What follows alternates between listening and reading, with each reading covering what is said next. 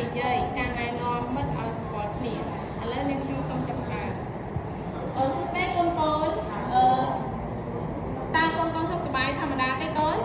ចាសុខសប្បាយធម្មតាឥឡូវអ្នកគ្រូគេពាក់មកវិញចង់កូនមើលមកឥឡូវកូនកន្លែងមើលពាក្យរបស់អ្នកគ្រូទាំងអស់គ្នាចាពាក្យទី1អានថាម៉េចទេកូនចាស្រស់ស្រោបពាក្យទី2រឹកពាក្យទី2អានថាម៉េចរឹកពីចាអរគុណច្រើនមកពាក្យទី3សាសានុសាចាមកទី4កាយាចាល្អណាស់កូនមកពាក្យចុងក្រោយចាបានកន្លែងចាអរគុណច្រើនកូនអញ្ចឹងយើងដឹងហើយថាយើងចូលដល់ចំណុចទី1ការអានអត្ថបទសន្ទនាអញ្ចឹងយើងដឹងហើយថាការអានអត្ថបទសន្ទនារបស់យើងគឺមាន3ដំណាក់កាលគឺមុនពេលអានកំឡុងពេលអាននិងក្រោយពេលអានអញ្ចឹងឥឡូវតើកូនធ្លាប់និយាយឬពិភាក្សាជាមួយមិត្តភ័ក្តិរបស់កូនដែរឬទេកូនចាកូនធ្លាប់ណាមកពិភាក្សាកូនធ្លាប់ពិភាក្សាពីរឿងអី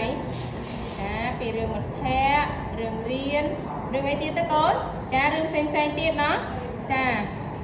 ឥឡូវកូនបើកសៀវភៅសិក្សាកូនទាំងអស់គ្នាទំព័រទី41មកកូនបើកកន្លែងនេះទាំងអស់គ្នាមកតើកូនឃើញអ្វីខ្លះនៅក្នុងរូបភាពចានៅក្នុងរូបភាពរបស់យើងមានអីខ្លះ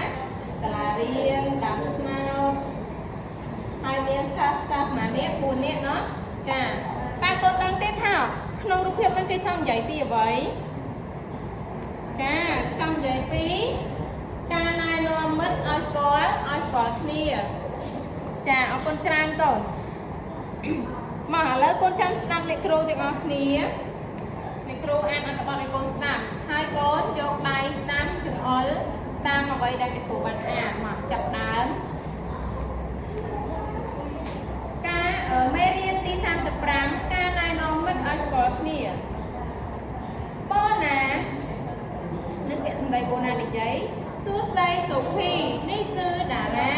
គេជាមិត្តរបស់ខ្ញុំហើយសូភីសួស្តីតារាខ្ញុំរីករាយណាស់ដោយបានស្គាល់មិត្តសួស្តីសូភី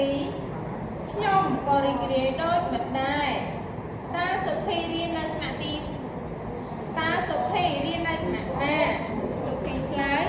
ខ្ញុំរៀននៅថ្នាក់ទី2កតើឯងសុខសប្បាយឬទេ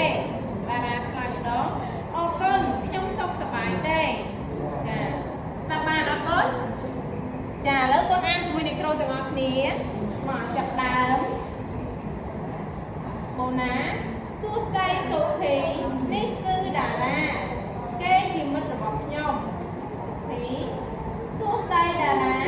ខ្ញុំរីករាយណាស់ដោយបានស្គាល់មិត្តតារាសួស្តីសូភីខ្ញុំក៏រីករាយដូចមិត្តដែរតើសូភីរៀននៅថ្នាក់ណាខ្ញុំរៀននៅថ្នាក់ទី2កតើឯងសុខសប្បាយដែរឬទេអរគុណខ្ញុំសុខសប្បាយទេចាបន្ទាប់ពីអានជាមួយអ្នកគ្រូហើយឥឡូវកូនអានដោយខ្លួនឯងមកអានជាដៃគូម្នាក់អ្នកចង្អុលម្នាក់អ្នកអានចាប់ដើមចាឥឡូវកូនបានអានចប់ហើយមែនអត់មកឥឡូវពេលដែលយើងបានអានចប់ហើយកូនចាំឆ្លើយសំណួរទាំងអស់គ្នាសំណួរទី1គេសួរថាតើកូនណាណែនាំនរណាឲ្យស្គាល់នរណាមកកូនអាចឆ្លើយបានអត់កូនចាកូនណាណែនាំនរណាឲ្យស្គាល់នរណាអញ្ចឹងកូនណាណែនាំណែនាំតារាឲ្យស្គាល់សុភីណាចាមកសំណួរទី2តើតារាជាមិត្តអ្នកណាតារាជាមិត្តរបស់ពីណាកែកូនជាមិត្តរបស់បូណាអញ្ចឹងតារាជាមិត្តរបស់បូណាមកឥឡូវកូនស្ដាប់សំណួរទី3តើសុភីនិយាយទៅម្ដេចទៅកាន់តារាសុភីនិយាយថាសួស្តីតារាខ្ញុំរីករាយណាស់ដោយបានស្គាល់មិត្តចាឥឡូវកូនស្ដាប់មើលសំណួរទី4ទាំងអស់គ្នាតើសុភីសួរតារាដូចម្ដេចសុភីសួរតារាថាតើឯងសុខសប្បាយឬទេហើយតារាក៏បានឆ្លើយថា